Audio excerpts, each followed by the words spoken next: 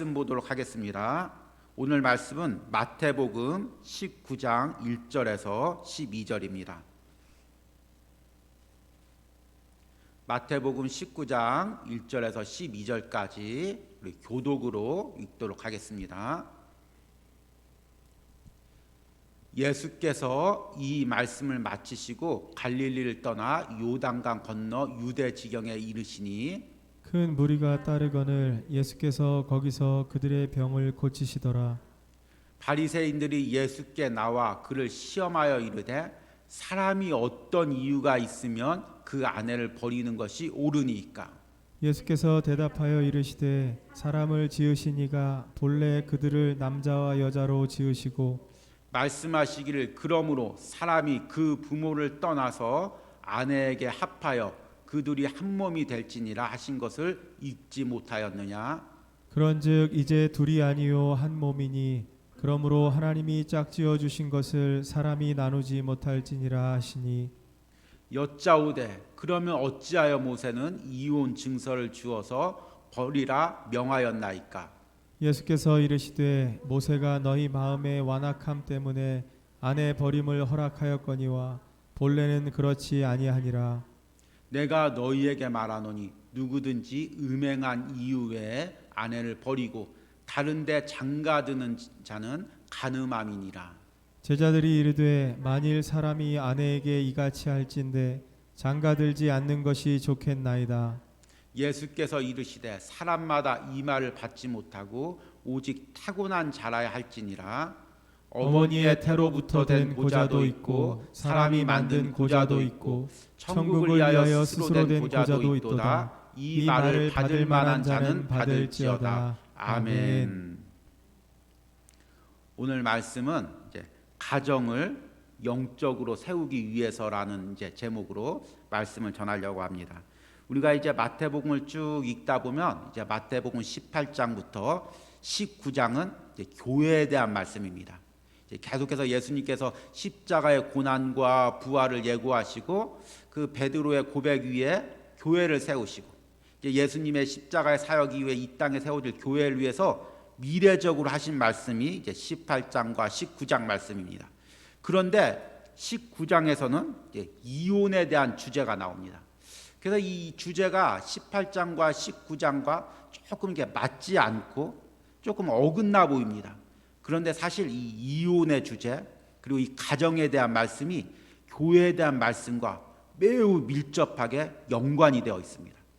이 말씀을 접하면서 특별히 이 말씀을 통해서 좀 가정에 대한 영적인 원리 그리고 여러분들이 우리 가정을 영적인 시각으로 바라보고 또 이를 위해서 기도할 것이 무엇인지를 좀 깨닫는 그런 시간을 가지려고 합니다.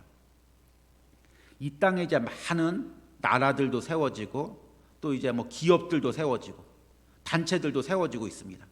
그런데 이 많은 나라들과 기업들과 단체들의 공통점은 뭐냐면 사람이 세웠다는 것입니다. 사람이 나라도 세우고 기업도 세우고 이제 또 이제 뭐 단체들도 세우겠죠. 그렇기 때문에 이 나라가 잘 되기 위해서는 기업이 잘 되기 위해서는 사람들이 머리를 짜내야 됩니다. 그래서 이제 저도 청년들하고 이렇게 대화해 보면서 이제 직장 생활이 어떠냐 이렇게 대화하다 보면 매일같이 회의하고 전략 회의를 하고 분석을 하고 그리고 계획을 세우고 계속해서 이제 사람들이 어떻게든 망하지 않을까, 어떻게 하면 기업이 성장할까, 어떻게 하면 돈을 더 많이 벌까 계속해서 머리를 짜내면서 인간의 방법대로 성장을 해갑니다. 이것들이 이제 사람이 세운 기업이나 단체들의 특징이죠. 그러면 이 많은 기업과 단체와 세상의 모든 그런 것 중에서 사람이 세우지 않은 건 무엇이 있을까요? 다 사람이 세웠는데 사람이 세우지 않은 것은 무엇이 있을까요? 사람이 세우지 않은 공동체가 이 세상에 딱 두 개가 있는데 하나는 교회고 하나는 가정입니다. 이거는 사람이 만든 제도가 아닙니다. 기업도 나라도 뭐 민주주의도 공산주의도 사람들이 만들었지만 교회와 가정은 사람이 만든 게 아닙니다. 여러분 이제 마태복음을 계속해서 보지만 예수님이 십자가의 그 고난과 피 흘리심으로 그리고 부활하심으로 교회를 세우십니다. 그렇게 말씀하십니다. 그리고 사도행전에 가보면 마가 다락방에서 성령이 임함으로 초대교회가 세워지는 것입니다. 그러니까 교회는 사람이 세운 게 아니라 하나님의 방법으로 예수 그리스도의 피값 위에 성령의 역사가 세운 게 바로 교회라는 것입니다. 이해가 되십니까? 예. 그렇기 때문에 교회가 부흥하려면 어떻게 해야 됩니까? 사람의 방법이 아닌 하나님의 방법으로. 세상 기업들은 사람들이 머리를 짜내고 전략회의를 하고 분석을 하고, 그러지만 교회는 사람이 세운 것이 아니기 때문에 영적인 공동체이기 때문에 영적인 방법으로 말씀과 기도와 하나님의 방법으로 세워가고 부흥시켜가는 것입니다. 그러면 여기까지는 다 인정하시죠? 예, 여기까지는 다 인정하시죠. 그런데 그 다음 부분을 우리가 인정하지 못합니다. 그러면 가정은 어떻습니까? 우리가 교회는 하나님이 세웠다는 걸 다 인정하시죠. 그리고 교회가 부흥되고 교회가 잘 되려면 하나님의 방법대로 교회를 이끌어가야 된다는 걸 다 인정하십니다. 그리고 실제로 교회에 무슨 행사가 있고 무슨 중요한 부분이 있으면 다 많이들 기도하시죠. 또 내년을 위해서 또 많이들 기도하시고. 그런데 여러분, 혹시 가정에서 내년 가정을 위해서 우리 작정 기도하시는 분이 있습니까? 가정에서? 없으십니까? 그러니까 우리가 뭘 놓치고 있냐면, 교회는 하나님이 세운 공동체인데 가정을 하나님이 세웠다는 걸 우리가 잊어버리고 있습니다. 가정은 사람이 세운 것이 아닙니다. 우리 창세기 말씀 보니까 이번 주일날도 이제 오전 예배 때 말씀을 드리셨는데, 하나님께서 에덴 동산을 창조하시고 남자와 여자를 창조하시고 그곳을 에덴 동산을 영적인 훈련장으로 아담과 하에게 주신 것입니다. 그러니까 아담과 하의 이 영적인 훈련장은 어디냐면 에덴 동산이고 가정인 것입니다. 그러니까 하나님께서 이 가정이라는 것을 그냥 우리가 우연히 만든 게 아니라 하나님께서 영적인 훈련장으로, 그곳에서 우리가 신앙의 훈련을 하면서 하나님을 닮아가도록 만든 것이 가정이라는 것입니다. 그러니까 가정은 우연히 세워지는 게 아닙니다. 여러분들 남편분들, 아내분들 우연히 만난 게 아닙니다. 자녀분들 우연히 그냥 수많은 그 유전자 중에서 하나가 생긴 게 아닙니다. 하나님의 선택과 계획 속에서 영적인 공동체로 하나님께서 가정을 묶어주신 것입니다. 그러면 우리 가정이 잘 되려면 어떻게 해야 됩니까? 남편은 회사 가서 돈 많이 벌고, 아내는 재테크 많이 해서 이제 아파트 좋은 거 사고, 그리고 자녀들은 공부 잘 해가지고 이제 인서울에 있는 대학교 들어가고 그 직장 취직하고, 그래야 우리 가정이 잘 되는 거 아닙니까? 그게 아니라는 것입니다. 많은 사람들이 이 부분을 오해하고 있습니다. 가정 역시 영적인 공동체이기 때문에 가정의 모든 절차도 영적인 방법으로 인도해 가야 된다는 것입니다. 그래서 여러분, 결혼을 위해서도 항상 기도해야 되고, 부부 관계를 위해서도 기도해야 되고, 자녀를 키워가면서도 기도해야 되고, 가정에 어려움이 있으면 또 기도해야 되고, 내년 가정을 앞두고도 기도해야 되고, 똑같이 교회의 원리와 가정의 원리가 같은 부분이 있다는 것입니다. 영적인 원리가. 그런데 이것을 우리가 놓치고 있다는 것입니다. 그래서 우리가 가정을 영적으로 인도해가는 그 방법들을 많이 잊어버리고 있는데, 오늘 이 말씀을 통해서 이걸 깨닫길 바랍니다. 그래서 이 가정과 교회가 영적인 공동체이기 때문에 가정에서 은혜 충만한 사람은 교회에서도 은혜 충만하고, 교회에서 은혜 많이 받은 사람은 가정에서도 은혜 많이 받고, 교회에서 막 은혜 많이 받았는데 거룩 하는데 가정에 가면 막 욕을 하고 아내를 때리고 자녀들에게 폭행하고, 그러면 이 사람이 은혜 있는 사람입니까? 없는 사람입니까? 외식하는 사람이죠. 그러니까 이 가정과 교회는 영적으로 굉장히 밀접한 관계가 있습니다. 여러분들이 가정에서 은혜 충만하면 신앙생활할 때도 은혜 충만하고, 또 여러분들이 교회에서 은혜 충만하면 가정에서도 충만하고, 이게 연관이 되어 있는 것입니다. 그러니까 우리가 교회가 부흥하기 위해서는 각자의 가정들이 은혜 충만하고 영적인 가정으로 변화되는 그런 은혜가 있어야 됩니다. 좀 이런 은혜가 있었으면 좋겠습니다. 그래서 내년에는 각 가정들도 은혜로 충만해지고, 또 이제 오전 예배 때는 아버지, 남편과 아내가 자녀들 데리고 함께 예배드리고, 또 그들이 또 주일학교 예배도 드리고, 좀 우리 교회가 가정적으로 영적으로 부흥하는 그런 은혜가 있길 소망합니다. 오늘 말씀의 배경은 1절과 2절 말씀 보니까 한번 같이 한번 읽어보겠습니다. 예수께서 이 말씀을 마치시고 갈릴리를 떠나 요단강 건너 유대 지경에 이르시니 큰 무리가 따르거늘 예수께서 거기서 그들의 병을 고치시더라. 예수님께서 이제 북쪽으로 올라가서 이제 그 제자들에게 너희는 나를 누구라 하느냐라고 이제 물으시고, 그리고 나서 이제 내려오셔서 변화산까지 내려오시고, 그리고 또 이제 갈릴리에서 병자를 고치시고, 그런 다음에 예수님께서 이 갈릴리를 떠나서 요단강 건너편에 가셔서 이제 다른 그 복음서를 통해서 보면 베레아 지역으로 나와 있습니다. 그래서 그곳에서 한 6개월 정도 거하시고, 특별한 어떤 영적 훈련이 필요하셨겠죠. 그리고 요단강을 건너서 오늘 말씀해 보니까 다시 유대 지경에 이르십니다. 그러니까 이제 예수님에게 또 큰 무리가 따르고 또 많은 사람들이 예수님께 병고침을 받습니다. 그러니까 3절 말씀해 보니까 바리새인들이 예수께 나와 그를 시험하여 이르되 사람이 어떤 이유가 있으면 그 아내를 버리는 것이 옳으니까. 이쯤 되면 이제 바리새인이 나와야죠. 예수님께서 이제 인기가 많으시고 많은 사람들이 예수님을 따르면 꼭 이 성경에 보면은 바리새인, 사두개인 이제 그런 사람들이 나옵니다. 그리고 무엇을 하냐면 예수님께 시비를 걸죠. 그래서 3절 말씀 보니까 바리새인들이 예수께 나와 그를 시험하여 이르되 사람이 어떤 이유가 있으면 그 아내를 버리는 것이 옳으니까. 그러니까 이 질문은 어떤 질문이냐면 시험하기 위해서, 예수님을 올무에 걸리게 하기 위해서 그런 질문을 한 것입니다. 여러분, 잠시 좀 우리가 못된 마음을 가지고 누군가를 이제 넘어뜨리려면, 누군가를 공경에 빠뜨리려면 주로 어떤 질문을 합니까?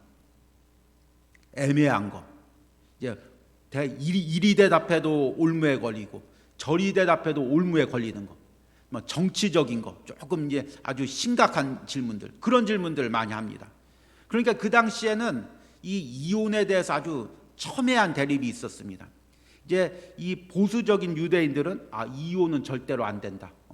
이혼은 절대로 안 된다고 생각하고, 이게 주로 이제 보수적인 그 샴마이 유대인 학파들인데요. 그리고 반대로 조금 이제 좀 자유적이고 진보적인 측에서는 상황에 따라서는 이혼할 수도 있다. 근데 이혼 증서를 주고 잘 이혼하면 된다. 좀 이렇게 허용하는, 좀 이제 힐렐 학파라든지 그런 학파들이 있었습니다.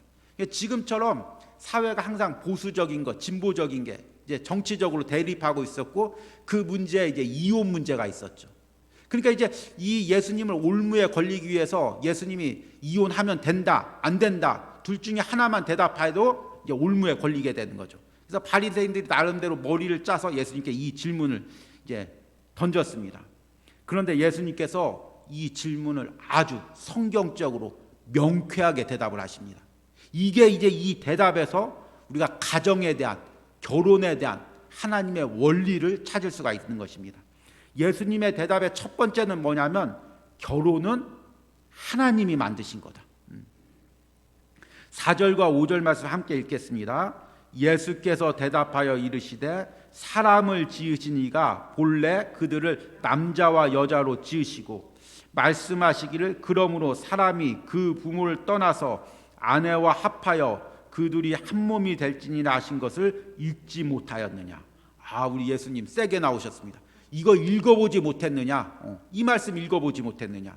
이 말씀이 어디 나오는 말씀이냐면 창세기 2장 22절에서 24절에 나오는 말씀입니다. 예수님께서 직접 하신 말씀이 아니라 창세기 말씀을 인용하면서 야, 너희들 바리새인이라면서 성경 좀 안다고 하면서 이 말씀 읽어보지 못했느냐? 그러면서 창세기 2장 22절에서 24절 말씀을 지금 이제 인용하신 것입니다.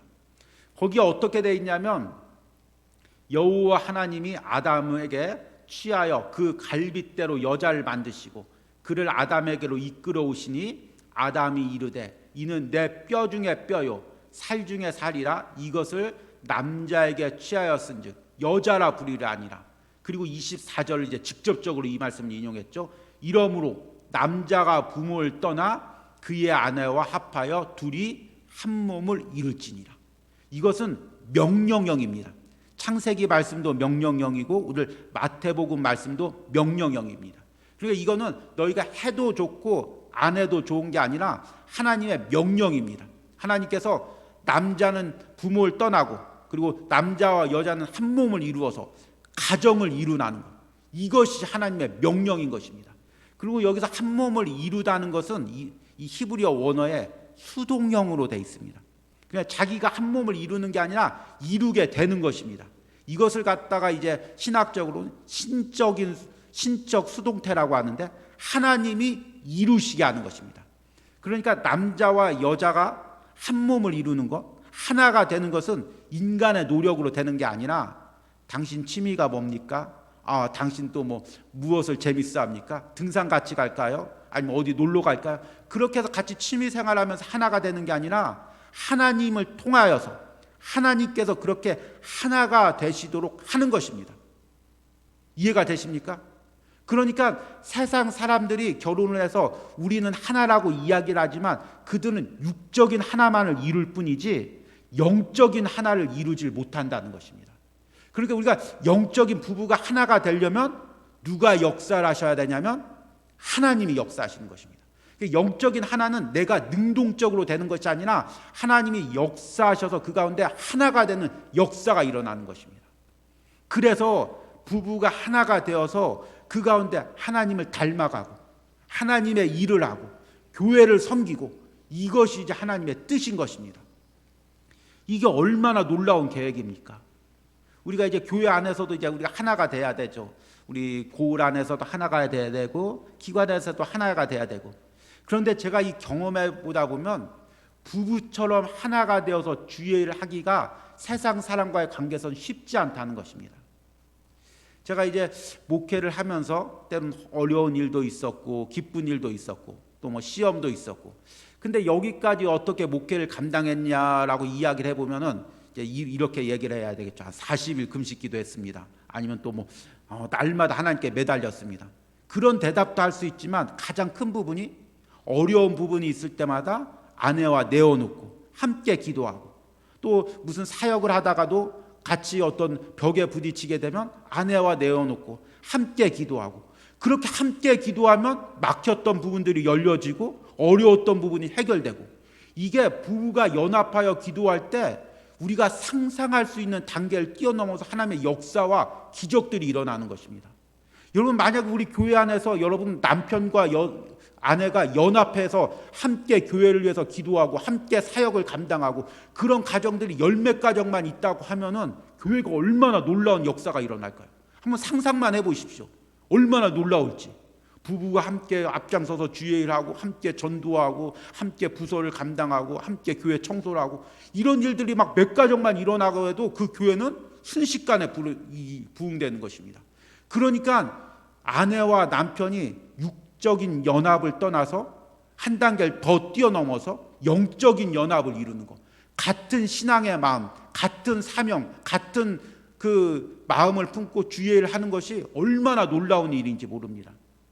서로 이제 세상 사람들은 이렇게 이야기하죠. 한 3, 40년 결혼 생활하고 나서 이제 아내가 하는 말이, 남편은 날 몰랐어. 저 남편은, 저 사람은 날 몰라. 이제 3, 40년 살고도 그렇게 얘기합니다. 그런데 우리가 신앙생활을 3, 40년 하고도 영적인 연합을 이루지 못한다면 이게 이제 정말 너무 이 땅에서 하나님이 주신 그 사명을 이루질 못하게 되는 것입니다. 그래서 여러분, 이 부분을 놓고 기도하시기 바랍니다. 남편과 아내가 영적인 연합을 이루도록, 또 부모와 자식 가운데도 영적인 연합을 이루도록, 그래서 한 마음으로 하나가 영적이 되어서 교회를 섬기고 주의 일을 하면 그게 얼마나 능력이 있겠습니까? 얼마나 파워가 있겠습니까? 하나님이 진정으로 가정을 만들어 주신 이유가 여기 있다는 것입니다. 그런데 그리고 또 예수님께서 이제 두 번째 결혼에 대한 예수님의 그 대답은, 결혼은 사람이 나누지 못한다는 것입니다. 앞에 이야기했습니다. 하나님께서 남자와 여자를 창조하시고 그들 영적으로 하나가 되었으니까 이 영적으로 하나가 된 것은 사람이 나누지 못한다는 것입니다. 육적으로 하나가 되었을 때는 사람이 나눌 수가 있습니다. 그런데 영적으로 하나가 된 것은 사람이 나누질 못한다는 것입니다. 왜냐하면 하나님이 하신 일이기 때문에 사람이 취소를 할 수가 없다는 것입니다. 여러분, 우리가 구원에 대해서 한번 구원을 받으면 그 구원이 취소가 됩니까? 안 됩니까? 안 되죠. 왜 안 됩니까? 로마서 8장에 나왔죠. 하나님이 하셨기 때문에 그것을 사람이 끊거나 취소할 수가 없다는 것입니다. 결혼도 마찬가지입니다. 결혼도 그냥 앞에 이야기했듯이 인간이 만든 제도가 아니라 하나님이 영적으로 만든 제도이기 때문에, 영적으로 연합된 거기 때문에 사람이 나눌 수가 없다는 것입니다. 여러분, 우리 교회를 생각할 때 여러분 어떻게 생각하십니까? 사람들이 교회를 생각할 때, 내가 어느 교회를 가야 될까? 이제 여러 교회 예배도 드려보고, 또 이제 인터넷 가서 목사님 설교도 들어보고, 그래서 교회를 선택합니다. 그러고 나서 교회를 다니다가 나하고는 좀 안 맞는 것 같아. 그러면 교회를 떠나기도 합니다. 근데 이게 맞는 걸까요? 틀리는 걸까요?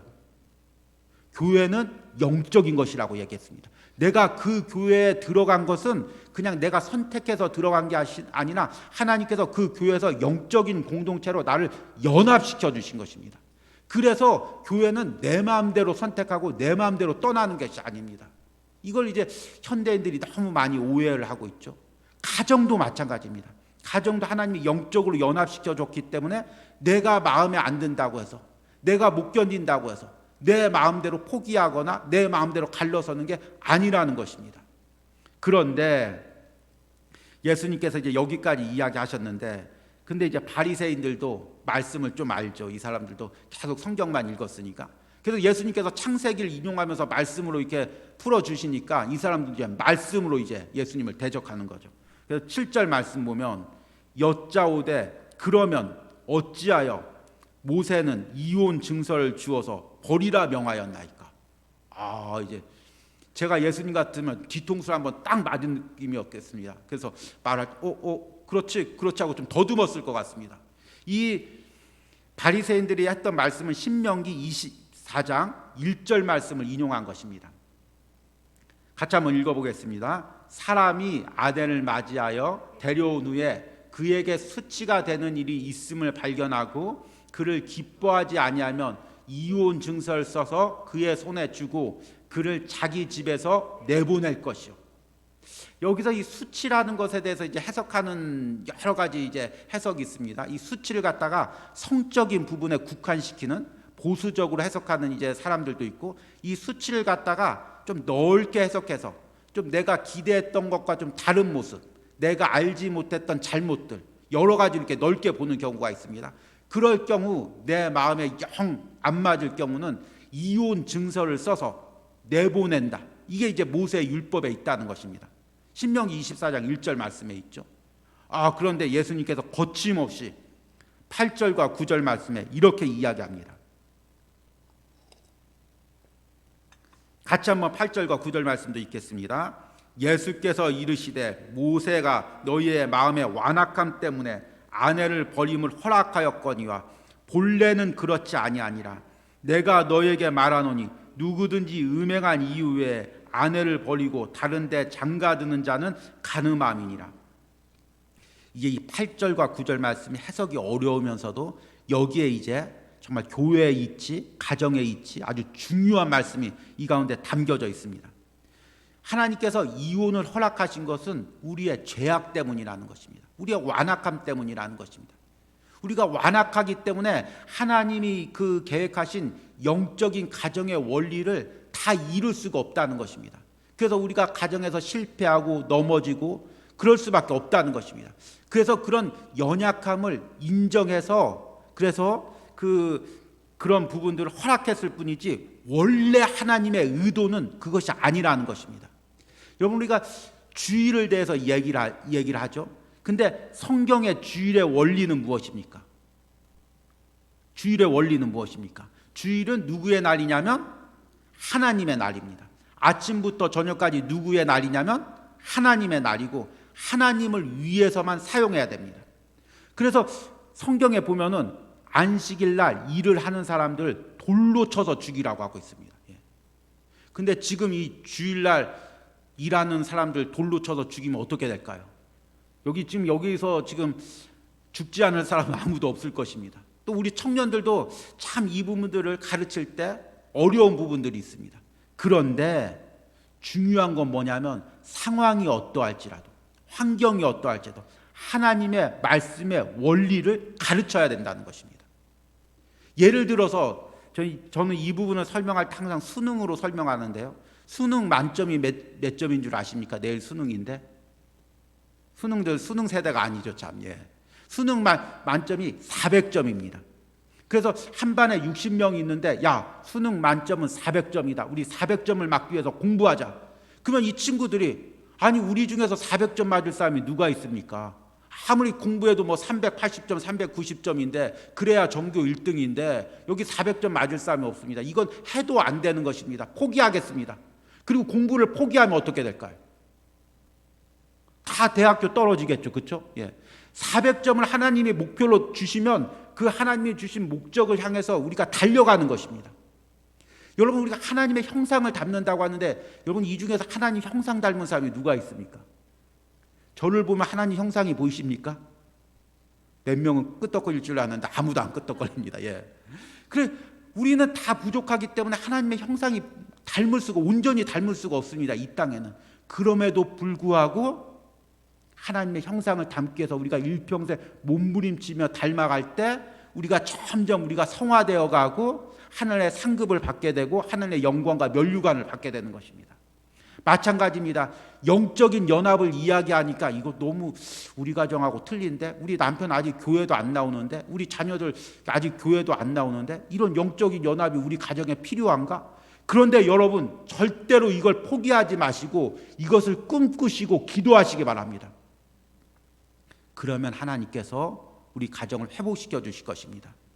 우리가 이 세상 사는 동안은 가정이 깨지기도 하고, 때로는 갈라서기도 하고, 또 자녀들과 부모들 간의 싸움이 있고, 또 가정의 연약함도 있고, 교회에 대한 말씀도 이야기했지만 하나님이 세운 영적인 교회에도 연약한 모습이 있고, 그럼에도 불구하고 우리는 성경에서 말씀하신 하나님의 그 제시하신 교회의 모습, 가정의 모습, 그것을 이루기 위해서 몸부림치면서 기도하면서 달려가는 것입니다. 이런 은혜가 우리 교회에 있길 바라고, 여러분 가정에 있길 바랍니다. 말씀을 맺으면서 이 가정과 교회가 영적인 공동체라고 말씀을 드렸습니다. 그래서 우리가 이제 하나님께서 그 세우신 목적은 가정을 통해서, 영적인 훈련장을 통해서 또 하나님을 닮아가고, 또 이 땅에서 하나님의 사명을 감당하는 것이 교회와 가정을 주신 하나님의 목적인 것입니다. 그렇기 때문에 교회가 세워지는 건 누가 세우냐면 하나님이 세우시고, 교회가 세워지면서 부흥하는 것도 하나님이 인도하시고, 그런데 이와 동시에 악한 영의 역사도 있다는 것입니다. 여러분 이거 꼭 기억하시기 바랍니다. 그래서 교회가, 이 땅에 교회가 세워지는 동시에 사탄은 어떻게든 이 교회를 무너뜨리려고 합니다. 왜냐하면 교회가 영적인 훈련장이니까, 영적인 일을 하는 곳이니까, 하늘나라 상급을 준비하는 곳이니까. 그러니까 사탄이 계속해서 얼마나 교회를 무너뜨리려고 하겠습니까? 얼마나 심각한 영적 싸움이 있겠습니까? 그래서 교회가 세워지면서부터 어떻게 합니까? 목회자가 기도하고, 성도들이 기도하고, 단을 위해서 눈물로 기도하고, 교회가 어려울 때마다 주님 이 교회를 지켜주시옵소서, 이 교회를 부흥시켜 주시옵소서. 그래야 그 눈물의 교회들이, 눈물의 기도들이 쌓여서 교회가 부흥되고 든든히 세워지는 역사들이 일어나는 것입니다. 그렇지 않습니까? 그런데 가정은 어떻습니까?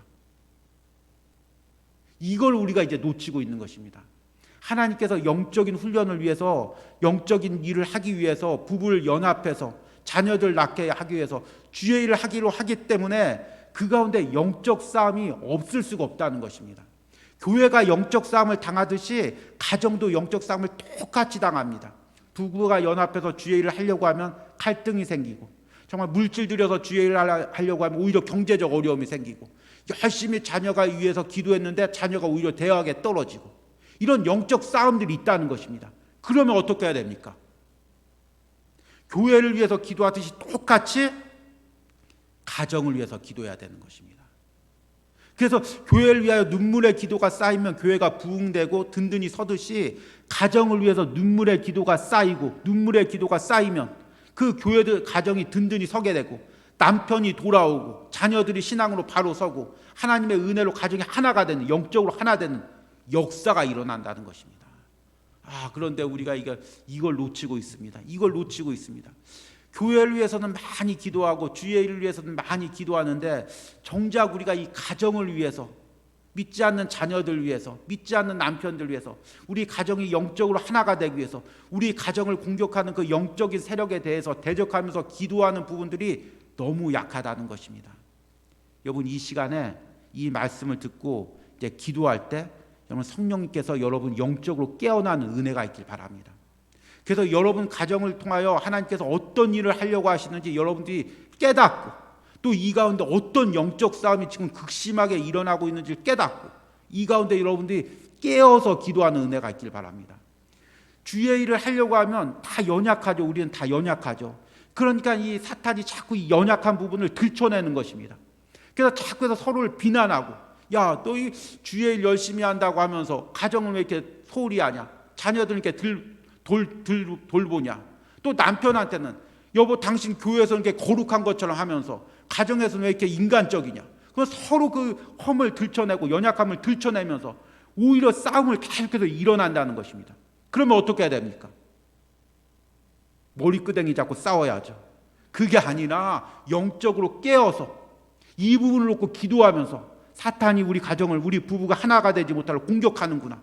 정말 여보 이럴 때일수록 우리 같이 기도합시다. 깨어서 기도합시다. 그래서 기도하면서 이 부분을 싸워서 나가서 승리해야 되는 것입니다. 이런 은혜가 여러분 가정 가운데 있길 바랍니다. 그래서 내년에는 정말 우리 진일교회 가정들이 영적으로 하나가 되고 부흥되고, 교회가 부흥되는 만큼 가정도 영적으로 부흥되는 역사가 일어나기를 간절히 소망합니다. 우리 들은 말씀 생각하면서 제가 잠시 기도하고 우리 찬양하겠습니다. 하나님 아버지, 오늘 우리 가정에 대한 말씀을 들었습니다. 우리가 잊고 있었는데 이 가정은 내가 세운 것이 아니요 사람이 세운 것이 아니요 하나님이 세운 것임을 다시금 말씀 가운데 깨닫습니다. 그래서 영적인 싸움이 있고 기도로 가정을 이끌 수밖에 없음을 깨닫습니다. 하나님, 내가 그동안 기도하지 못한 걸 회개합니다. 영적으로 하나가 되기 위해서 깨닫지 못하고 기도하지 못했던 부분들을 회개합니다. 주님 붙들어 주시고 함께하여 주시고 이 저녁에 기도할 수 있는 은혜를 허락하여 주시옵소서. 예수님의 이름으로 기도했습니다. 아멘.